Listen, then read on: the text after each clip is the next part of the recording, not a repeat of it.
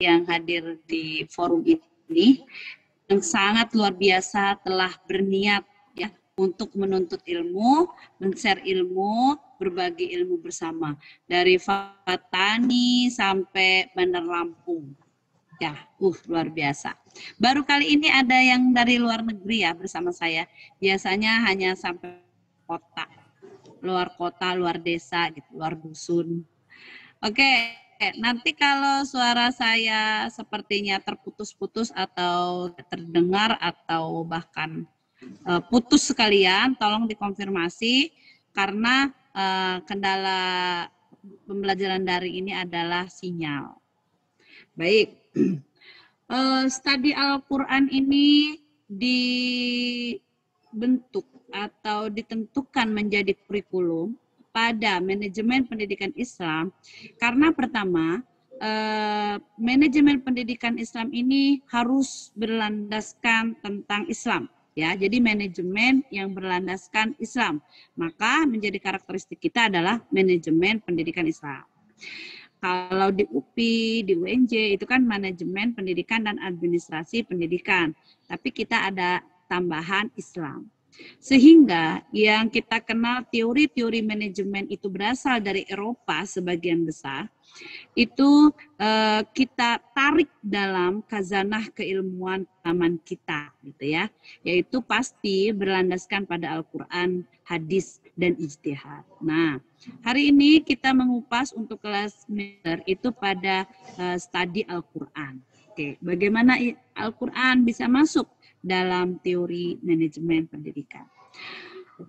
Sebelum masuk pada konteks manajemen pendidikan, tentu kita harus terlebih dahulu memahami tentang Al-Quran itu sendiri atau ilmu yang mendampingi untuk memahami Al-Quran. Ulumul Quran ini ada dan berkembang dari masa Rasulullah dan terus berkembang sampai masa sahabat Khulafaur Rasyidin dan para sahabat. Yang waktu itu sudah banyak sekali dari para sahabat yang belajar tentang Al-Quran atau bagaimana cara memahami Al-Quran kepada Rasulullah. Dan bahkan sampai pada masa penulisan hadis waktu itu, ulumul Quran pun terus beriringan, artinya terus dikembangkan dan dipelajari. Hanya pada pemahaman Al-Quran dan pembacaan Al-Quran tetap pada talqin dari para mutawatir alim ulamanya. Dan sampai pada Abu Bakar, Umar, ya, terus juga masih dikembangkan ilmu ulumul Quran, juga tafsir, yaitu seperti yang dilakukan sahabat Ibnu Mas'ud, Ibnu Abbas, Ubay bin Ka'ab, Zain bin Sabit, Abu Musa al-Ash'ari, dan Abdullah bin Az-Zubair. Nah, para sahabat ini adalah para ahli mufassir, ya, yang tentu untuk menyimpulkan tafsir Al-Quran menggunakan ulumul Quran, atau disebut juga salah satu subbahasan ulumul Quran adalah tafsir.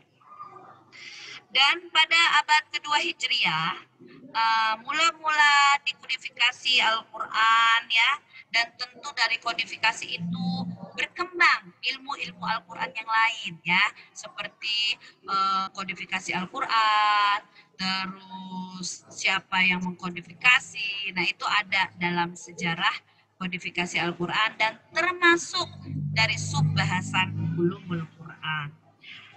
Seperti tokoh-tokoh yang melakukan kodifikasi itu Yazid bin Harun As-Sulaiman. Jadi beliau itu salah satu sahabat yang paling pintar, ya, menulis dan membaca saat itu. Dan lalu setelah itu lahirlah siapa tadi, Yazid bin Harun yang lain-lainnya, artinya murid-murid dari beliau. Sampai pada masa Utsman dipersatukanlah umat muslim pada satu mushaf, yaitu mushaf Imam Al-Utsmani, ya.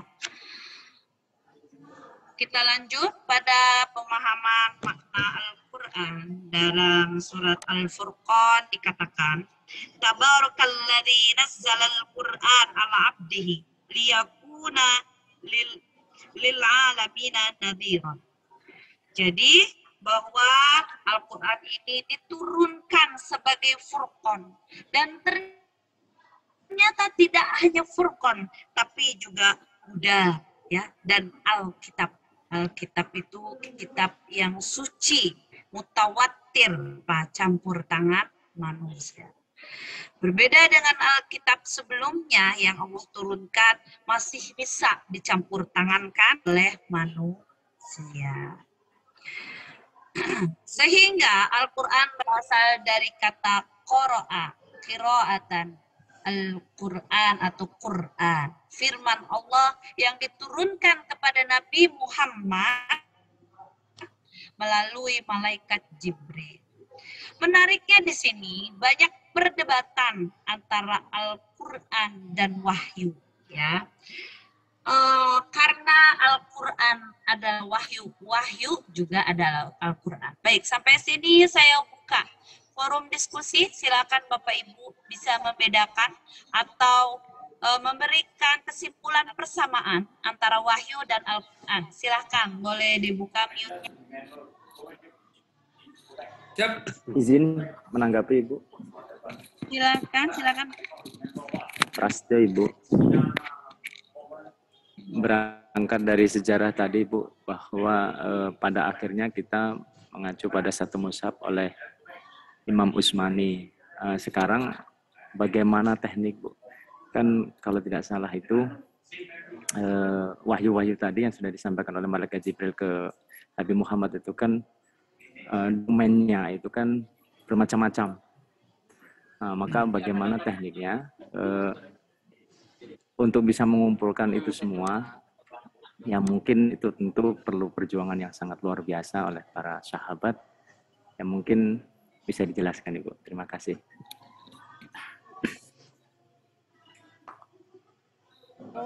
Menanggapi sejarah tadi. Oke, itu ada nanti dalam bahasan ulumul Quran, yaitu kodifikasi Al-Quran. Ya. Saya dulu ya nanti. Yang akan datang. Terima kasih Ibu. Pembahasannya bentar ya. Oke, tidak ada. Baik, silakan Bapak Ibu, ada yang berpendapat bagaimana kodifikasi Al-Quran? Sebelum saya ikut memberikan khazanah ya. Silakan Bapak Ibu berbagi ilmu bagaimana proses kodifikasi Al-Quran. Oke Bu, saya. Baik, silakan. Apa dong? Klasifikasi Al-Quran ini ada dua periode. Periode pertama disebut dengan periode Madaniyah dan periode kedua disebut dengan periode Makkiyah. Periode pertama periode Makkiyah, periode kedua disebut dengan periode Madaniyah. Periode Makkiyah kurang lebih berangsur selama 12 tahun 5 bulan kalau tidak salah ya. Yang turun pertama itu adalah surah Al-Alaq ayat 1 sampai 5. Dan surah kedua disebut dengan ayat-ayat Madaniyah. Ya, ayat-ayat Madaniyah ini adalah ayat-ayat yang Nabi SAW turun ketika hijrah menuju ke Madinah. Kurang lebih berlangsung selama 9 tahun 9 bulan. Ya itu saja Bu. Ada yang lain? Betul ya, itu kurang lebih di Mekah itu 13 tahun kurang lebih. Iya, kurang lebih 12 tahun 5 bulan. 12 tahun 5 bulan. Berarti kalau digenapkan kurang lebih 13 tahun, iya. Baik, ada lagi? Silakan yang mau berpendapat. Silakan. Bagaimana proses dulu kodifikasi Al-Quran?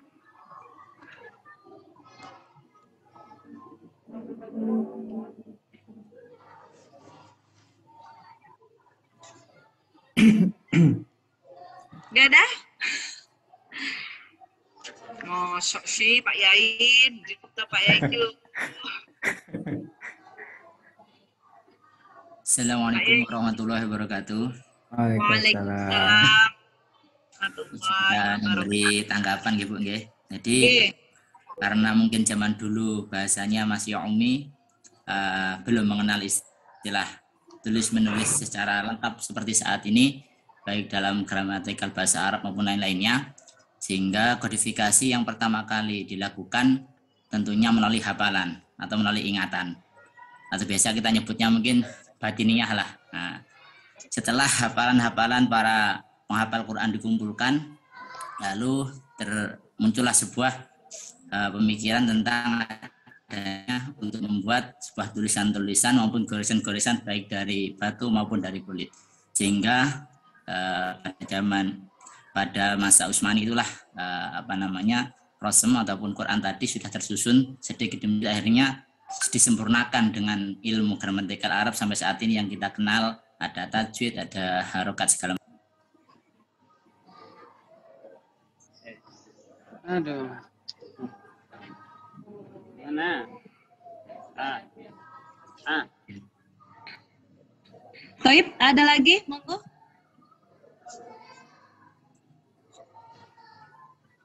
Ada lagi? Monggo.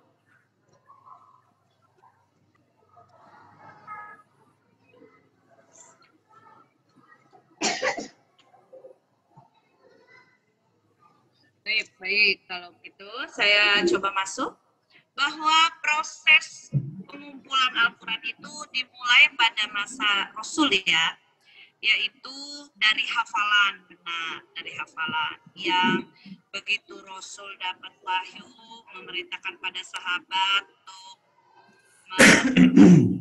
ke batu, di pelepah kurma dan sebagainya ya. Nah, setelah dihafal terus ditulis lalu sampai terus begitu ya, terus sampai pada masa Abu Bakar baru dikumpulkan Al-Quran, melihat dari berbagai macam aspek, dari munasabah ayat, munasabah surah dan sebagainya, tapi masih belum sempurna penulisannya. Dan itu tadi yang saya bilang, baru hanya satu orang, Zaid bin Sabit ya, yang bisa menulis dengan baik, menulis baca dengan baik ya, artinya berpendidikan lah gitu kalau kita katakan hari ini. Lalu setelah Abu Bakar ya, Sabit dengan timnya menulis, lalu disempurnakan pada masa Utsman, dibedakan kaidah penulisannya, misalnya tambah titik ya dan sebagainya. Terus kaidah waqaf juga di situ sudah mulai ditentukan pada masa Utsman. Nah, pada masa Abu Bakar itu tulisan pertama ya yang menjadi patokan ya, waktu itu disimpan oleh anaknya Abu Bakar sampai pada masa Utsman dipinjam untuk ditulis per huruf. Kalau Utsman itu ya diperbaikinya per huruf, artinya diberikan titik dan itu pada masa Utsman. Benar sekali bahwa Al-Quran itu diturunkan melalui dua kota tadi ya, Mekah dan Madinah, maka Makkiyah dan Madaniyah. Nanti itu akan dipresentasikan secara rinci oleh pemakalah Ba'da Duhur nanti ya, oleh Bapak Ibu juga sih. Oke, yang selanjutnya yang akan kita bahas ini adalah Al-Quran bermakna wahyu dan Al-Quran bermakna ilham.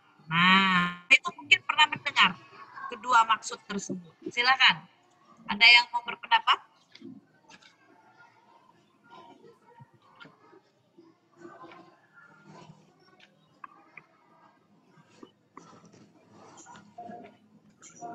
Ayo, ada?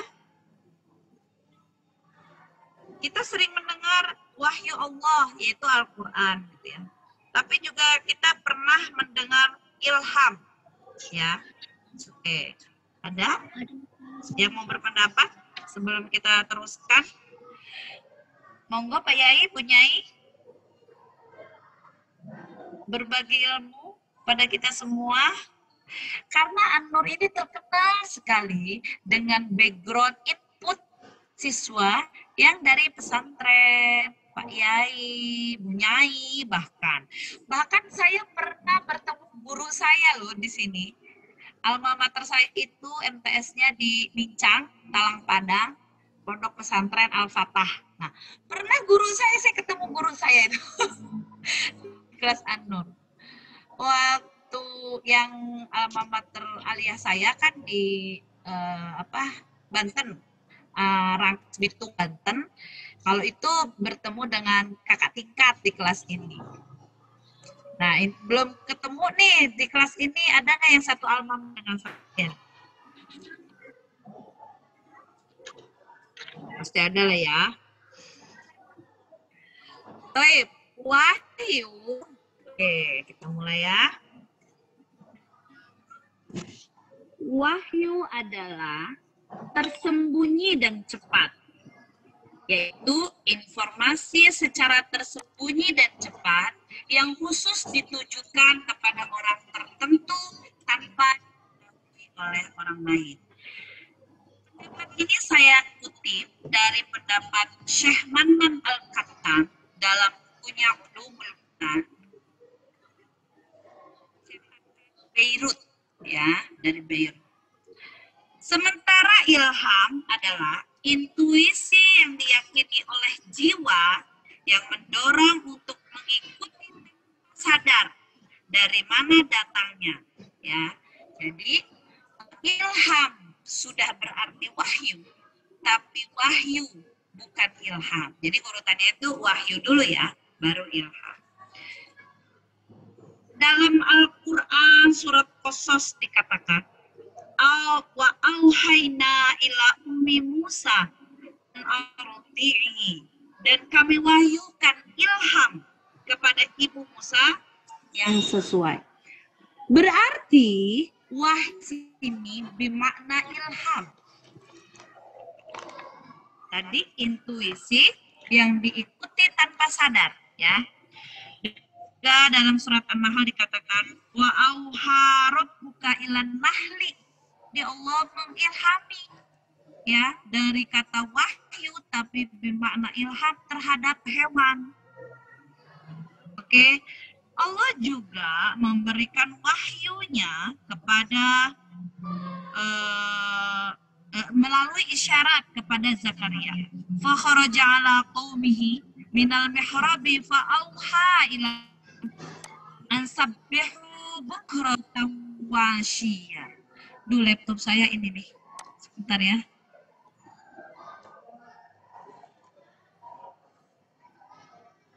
Aduh, ya Allah. Oke. Juga terhadap bisikan setan, ya. Wa inna syayatin yuhuna ila awliyaihim liyujadilu. Juga kepada malaikat. Idh yuhi rabbuka ilal malaikati anni ma'akum. Fasabbitu ladzina amanu. Nah, berarti wahyu itu, ilham itu bisa berupa wahyu, tapi ilham masuk ke wahyu, tapi wahyu bukan ilham. Kalau dalam bahasa sederhananya, ilham itu juga seperti yang sering kita alami sehari-hari, misalnya rasa lapar, rasa sedih, rasa cemas, itu ilham. Tapi kalau wahyu hanya datang dari Allah dan tidak bisa diikuti oleh syaitan. Itu tadi perbedaan wahyu dan ilham. Sehingga wahyu yang datang kepada Nabi adalah kalamullah yang diturunkan kepada Nabi Muhammad, yaitu melalui pengetahuan yang dapat dari dalam dirinya dengan suatu keyakinan bahwa pengetahuan itu datang dari Allah. Dalam sebuah konkret suara jelma di telinga atau bahkan tanpa suara, seperti wahyu turunnya kepada Nabi yang datang langsung kepada hati Nabi, itu tanpa suara. Baik. Proses turunnya wahyu ini Allah kepada malaikat, dari Allah kepada malaikat, diceritakan dalam surat Baqarah ayat 30, yaitu di Baitul Izzah, langit dunia. Lalu sampai ke Rasul berupa gemerincing lonceng, seorang laki-laki seperti manusia, atau malaikat dalam rupa aslinya. Wallahu a'lam bishawab, saya sampai saat ini belum menemukan hadis bagaimana rupa asli malaikat, ya. Tapi dalam hadis dikatakan malaikat itu terbuat dari cahaya yang cahayanya tidak bisa diterima oleh panca indera kita mata gitu ya. Dari secara teori kan cahaya itu adalah sebuah gelombang gitu ya. Nah, gelombang cahaya itu tidak bisa diterima oleh mata. Jadi kalau kita silau gitu ya, silau. Baik, sampai sini ada yang perlu kita diskusikan? Silakan Bapak Ibu.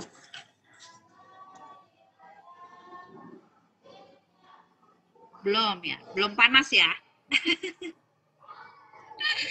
Sehingga Al-Quran adalah suatu ilmu yang mencakup berbagai kajian yang berkaitan dengan kajian Al-Quran dan sunahnya, madaniyahnya, dan sebagainya. Dan sebagainya termasuk asbab nuzulnya, mutasyabihatnya, maksusnya, nasakh wa mansukhnya, dan masih banyak lagi ya kajian tentang ulumul Quran, yaitu ilmu untuk memahami pemahaman Al-Quran. Oke. Sehingga Al-Quran bersumber dari wahyu Allah, mutlak dan qat'i kebenarannya, mutawatir, dan semua ayatnya menjadi pedoman, otentik. Bahkan Allah tantang dalam surat Al-Baqarah, fa'tu bisuratim min mislih. Nggak ada. Sampai hari ini nggak ada yang bisa satu ayat aja, nggak usah satu surat, satu ayat saja. Bahkan kalau tadi ada yang alumni Madinah ya, kalau nggak salah tadi Bapak siapa ya? Halo? Bapak siapa? Tadi yang alumni Madinah? Muhammad Basrul, Bu. Ya, Bapak Muhammad Basrul di sana dalam prodi atau jurusan apa? Syariah, Bu. Hah? Syariah. Syariah. Di Ummul Qura ya, bukan? Di Jamiah apa? Islamiyah, Bu. Oh, Jamiah Islamiyah ya. Kalau Ummul Qura itu kalau kita unilanya UI gitu ya? Iya, Bu. Iya, alhamdulillah. Saya itu belum pernah datang ke sana, pengen bener. Dan mudah-mudahan kita dikasih ya dan nasib. Di sana itu entah ya sampai saat dalam sejarahnya saya baca, entah sampai saat ini masih ada atau enggak Pak Basrul. Jadi ada pasar syair yang diadakan setiap hari Selasa. Nah, di sana itu para syair-syair hebat berkumpul di pasar itu. Kalau kita mungkin pasar pantun gitu ya, kalau di Indonesia. Jadi perang-perangan pantun gitu ya, syair. Dan ini melakukan syair, lawan aja sama syair ini, dilawan aja sama. Nah, siapa yang nanti tidak bisa melawan, maka dia mau menang gitu, mendapat hadiah. Nah, di pasar syair di sana itu pun tidak ada satu penyair pun dan satu syair pun tidak ada yang bisa menandingi syairnya Al-Quran. Jadi saking betapa kemukjizatan Al-Quran itu biasa. Dengan lahirnya ilmu ulumul Quran semakin membuat valid bahwa Al-Quran itu memiliki mukjizat yang luar biasa. Dulu tahun 1917 ya, kalau nggak salah Pak, 2007 gitu ya, lupa saya. Saya masih kuliah S1 waktu itu, mungkin Bapak Ibu ada yang sudah di atas saya ya, pernah mendengar jaringan Islam liberal atau disingkat dengan JIL. Dulu JIL membuat tandingan Al-Quran surat Al-Kautsar katanya, tapi memakai hewan kerbau apa sapi gitu ya istilahnya dia, dan dikaji melalui syair, balaghah, mantik, arut, apalagi nahwu dan sorobnya ya, itu acak-acakan, tidak sesuai. Jadi kalau dalam kaidah syair itu, dalam arut itu misalnya sama ya Indonesia, kalau ujungnya U gitu ya, di paragraf di surat yang kedua gitu, ayat kedua U juga gitu. Kalau U1 yang keduanya I, maka ketiga U juga ujungnya gitu. Nah, itu ada kaidah-kaidah tersendiri dalam ilmu arut itu, tidak masuk dalam kaidah ilmu arut yang tandingan Al-Quran kata JIL itu tidak masuk sama sekali ya. ya jangankan jil gitu yang produk Indonesia, yang asli produk yang punya bahasanya aja Arab, penyair itu tidak ada sampai hari ini yang bisa menandingi Al-Quran. Oke, benar tadi yang diungkapkan teman kita Al-Ustadz siapa tadi ya?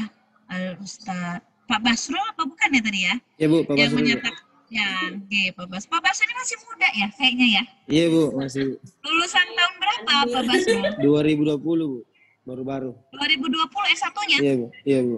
Masya Allah, muda sekali ya. Kalau saya 2020 itu udah S2 itu ya. Prinsip-prinsip kepemimpinan Islam. Baik, nah benar sekali tadi diturunkan di 2 kota, Mekah dan Madinah tadi ya. Kurang lebih 13 tahun di Mekah, 10 tahun di Madinah. Di Mekah itu banyak ayat-ayat yang diturunkan masih seputar tentang keimanan seperti surat Al-Ikhlas ya. Qul huwallahu ahad itu. Nah, karena saat itu Mekah itu masih kental dengan Lata dan Uzanya tentang keimanan. Ya, sampai Abu Lahab, paman Nabi Muhammad pun tidak bisa berpindah agama karena tanggung jawab moral kepemimpinannya pada masyarakat Mekah waktu itu. Ya, bukan karena tidak percaya sesungguhnya, tapi tanggung jawab moral, saya pemimpin Mekah nih yang harus mempertahankan keyakinan Lata dan Uzanya gitu. Dan sulit saat itu Rasul bersyiar ya, selain sulit diterima ajarannya tentang keimanan pada Allah Subhanahu wa taala, juga terancam sampai Rasul pindah ke Yasrib waktu itu ke Madinah, yang mana masyarakat Madinah itu sudah welcome gitu ya, tidak hanya bergelut pada keimanan, bukan berarti tidak ada, masih ada yang bandel lah gitu ya tentang keimanannya, tapi sudah minoritas gitu, mayoritas sudah move on pada pemahaman muamalah gitu. Jadi mereka justru saat Rasul pindah ke sana disambut dengan gembira, tola albad, sampai saking gembiranya masyarakat Madinah, dan berkembangnya tidak hanya tentang keimanan di Madinah, tapi juga politik, ekonomi, pendidikan yang saat itu sampai berkembang terdengar di Mekah,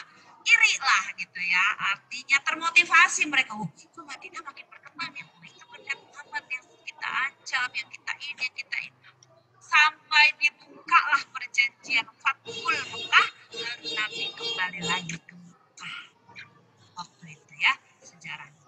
Nah, metode memahami Al-Quran itu dengan 3 sesungguhnya, terjemah, takwil, dan tafsir. Terjemah seperti yang Bapak Ibu tahu bahwa memahami Al-Quran secara tekstual kalau terjemah, tapi kalau tafsir memahami Al-Quran secara tekstual dan kontekstual, tersirat dan tersurat. Sampai dengan pembagian tafsir ya, dalam ilmunya nanti kita bahas insya Allah di makalah selanjutnya. Ada tafsir bil maksur, ada tafsir bil ilmi wal maqbul, ada tafsir Qurain, ada tafsir maudhu'i dan sebagainya. Sehingga kita umat muslim punya kewajiban terhadap Al-Quran untuk mengimani ajaran agama Islam yang pertama, qat'i dan otentik serta mutawatir kebenarannya, lalu pasti mempelajari la'allakum tatafakkarun, memahami dan menghayati serta mengamalkan isi kandungan Al-Quran. Baik, sampai sini ada yang perlu kita diskusikan, Bapak Ibu, silakan. Silakan Bapak Ibu.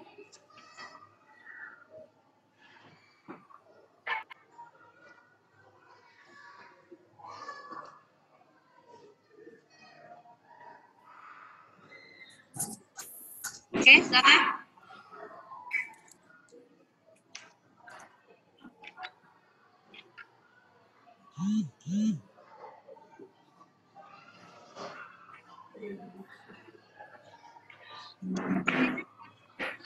Batinan semua ya kayak. Apa wujuduhum ka'adamuhum ya? Ya, izin Bu. Ikut menambahkan. Oke, baik, silakan.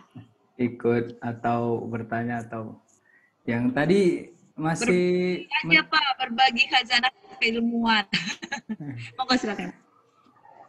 masih sama kayak yang Pak Widodo tadi ya.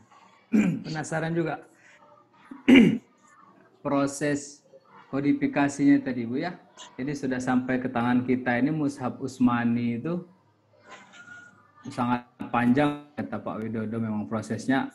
Kalau yang sekilas kami tahu, pertama tadi memang sudah dari para sahabat, dari Nabi yang berbentuk hafalan, karena setelah dihafal banyak para penghafal yang meninggal, akhirnya Khalifah Abu Umar ya, Khalifah Umar bin Khattab mengusulkan untuk dibukukan di zaman Khalifah Abu Bakar ya, masih di Khalifah pertama, mulai dibukukan. Seperti penjelasan Ibu tadi masih belum ada bentuknya, masih hanya huruf-huruf saja. Terakhir di masa Khalifah Utsman bin Affan baru dikasih bentuk, dikasih sakel, dikasih harokat. Nah, itulah mungkin yang disebut Mushaf Utsmani itu ya, yang sampai ke kita hingga sekarang ini ya Bu. Al-Mushaf Al-Imam Al-Utsmani gitu Ya. kalau lengkapnya.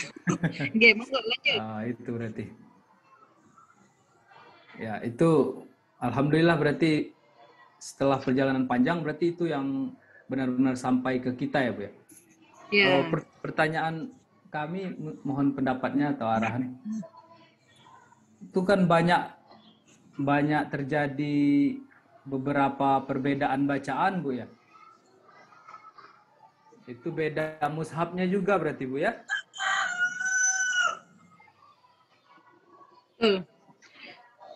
Oke, udah pertanyaannya Pak? Ya, itu, Bu. Mohon Oke. penjelasannya itu Bu. Baik, oke, saya tambah sedikit nih ya ininya apa pertanyaannya untuk lebih mufidah gitu ya. Di Indonesia itu banyak berkembang ya sanad-sanad Al-Quran, begitu sebenarnya disebutnya ya. Misalnya ini ngaji Al-Qurannya bersanad pada apa? Ini hafalan Al-Qurannya bersanad pada apa? Emang begitu kan ya? Nah, sebenarnya itu bagaimana penjelasannya atau sejarahnya bagaimana bisa sampai pada pengelompokan sanad-sanad gitu ya Pak ya? Itulah kira-kira berkembang pertanyaannya ya. Baik, ada yang ingin berpendapat? Silakan. Ayo, Bapak Ibu dulu, monggo teman-teman, Pak Yai, Ibu Nyai, monggo Ya, silakan. Alim ulama. Ustadz. Ini Pak Alim ulama, Prasetyo. monggo silakan. Pak Widodo, Pak Prasetyo. Pak Prasetyo aja Pak. Monggo Pak Prasetyo, monggo. Silakan Pak. Pertanyaannya kan tadi sama Ibu, maaf. Ya, jadi karena banyaknya imam-imam. Monggo, ada nggak yang mau berpendapat? Atau mungkin di kelas ini ada yang bersanad pada apa gitu? Ada, biasanya ada kok. Para hafiz-hafiz ya. Ya. Mungkin enggak hafid juga yang baru membaca tartil gitu ada. Ya, biasanya yang dari Madinah pasti mungkin bisa ada dapat sanad itu. Ayo silakan coba.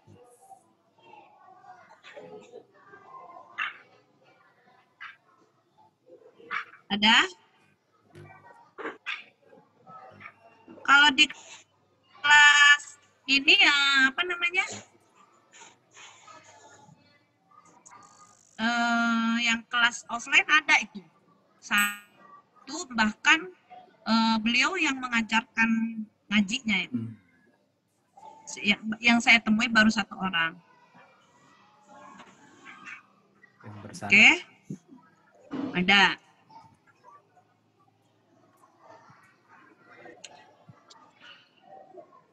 Jadi, coba saya mencoba ya. Sanad membaca dan menghafal Al-Quran adalah sebuah landasan atau sandaran bahwa hafalan tersebut sesuai dengan sumbernya, yaitu yang nanti akan berakhir pada sanad Rasulullah. Kalau saya sih menyebutnya mu'tabaroh. Sebenarnya sesungguhnya tidak hanya pada Al-Quran, ya, tapi juga pada ilmu-ilmu yang lain. Jadi kalau Bapak Ibu mungkin pernah mendengar diijazahi kiai kitab takrib misalnya gitu ya, Safinah misalnya. Itulah yang disebut dengan sanad, ya, sanad mu'tabaroh. Nanti dari saya misalnya ke Pak Andi Warisno gitu ya, dari Pak Andi dapat ijazah dari ini sampai nanti pada gurunya ya, biasanya yang di Jazirah Arab, terus sampai pada Rasulullah. Nah, apakah perlu kita bersanad? Perlu. Lebih baik kita bersanad agar apa yang diterima kita itu lebih dipertanggungjawabkan di akhirat. Gitu. Tapi yang tidak bersanad pun tidak menjadi sia-sia, tetap memberikan khazanah keilmuan untuk kita. Baik as-saqafah al-islamiyah, ilmu Islam, keislaman maupun tentang Al-Qur'an. Nah, di Indonesia dibagi 6 metode sanad Al-Quran yang bersambung sebenarnya. Sehingga kalau orang hafid itu nanti ditanya bersanadnya pada siapa. Biasanya begitu ya. Pertama pada ijazah ardan wa as-simaian, yaitu ijazah setoran dan simaan menurut mushaf Utsmani. Terus yaitu praktek talaki, terus ardan fakot juga bisa, terus simaan fakot juga bisa, juga bil ikhtibar, yaitu dengan kompetensi, uji kompetensi, itu ya kalau makna kitanya. Terus bi ba'd Al-Quran, yaitu sebagian dari pemahaman Al-Quran, sebagainya banyak lah Pak. Itu yang sanad Al-Quran. Nah, ada juga yang biasanya kita dapat dari Demak ya, dari Al-Quran Demak disebutnya juga Al-Quran Demak. Kalau orang misalnya ini barisnya 15, ini barisnya 16, pernah dengar nggak Bapak Ibu? Al-Quran ini barisnya 15, ini barisnya 16. Ya. Menurut saya kilahuma mutasawiyan. Karena dua-duanya sama-sama Al-Quran. Cuman sebaiknya kita mengkaji ilmu Islam dan Al-Quran itu bersanad. Itu aja. Oke. Gimana Pak Hafid? Hafid Al-Quran? Belum, Bu. Oh, insya Allah ya. Insya Allah. Berusaha, Bu. Baik. Ada lagi Bapak Ibu yang perlu kita diskusikan? Nah, Ba'da Duhur tolong dibagi 4 kelompok ya Bapak Ketua. Kelompok pertama membahas surah Makkiyah dan Madaniyah. Yang kedua membahas tentang asbabun nuzul. Kelompok ketiga membahas tentang metode memahami Al-Quran, yaitu tafsir, tarjamah tadi ya, dan takwil. Yang terakhir membahas tentang muhkam dan mutasyabih. Ya, oke. Ada yang perlu kita diskusikan sebelum kuliah saya tutup? Iya Ibu, terkait dengan materi Ibu, literatur atau buku yang bisa dijadikan rujukan untuk belajar, apa Ibu? Banyak ya, banyak. Boleh apa aja. Boleh yang tadi saya baca juga, Syekh Manan Al-Qattan dalam Ulumul Quran juga boleh. Apa aja boleh lah Pak. Boleh juga Bapak ngambil dari jurnal-jurnal yang ada di web, karena kita kan mendadak nih buatnya ya. Dadakan sekarang. Boleh dari jurnal-jurnal yang ada boleh. Boleh copy full dari jurnal juga boleh. Terima kasih Bu. Satu jurnal itu boleh. Atau 3 jurnal Bapak jadikan menjadi satu pemahaman boleh juga. Jadi nanti Ba'da Duhur Bapak Ibu presentasikan ya ini 4 materi ini, boleh ditampilkan dalam PowerPoint, boleh ditampilkan naskah jurnal misalnya atau Bapak buat makalah sendiri juga boleh. Yang penting ditampilkan. Nah, untuk itu saya berikan ruang dan waktu Bapak Ibu untuk selesai saat ini. Untuk berdiskusi, Bapak Ibu silakan berdiskusi kelompoknya, mendiskusikan Bapak Ibu presentasikan. Jadi secara substansi kita belum selesai ya Bapak Ibu. Ya, selesai, tapi dilanjutkan berdiskusi mengenai yang akan dipresentasikan pada duhur. Ya.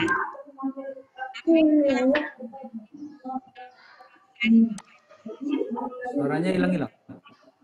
Saya undur diri.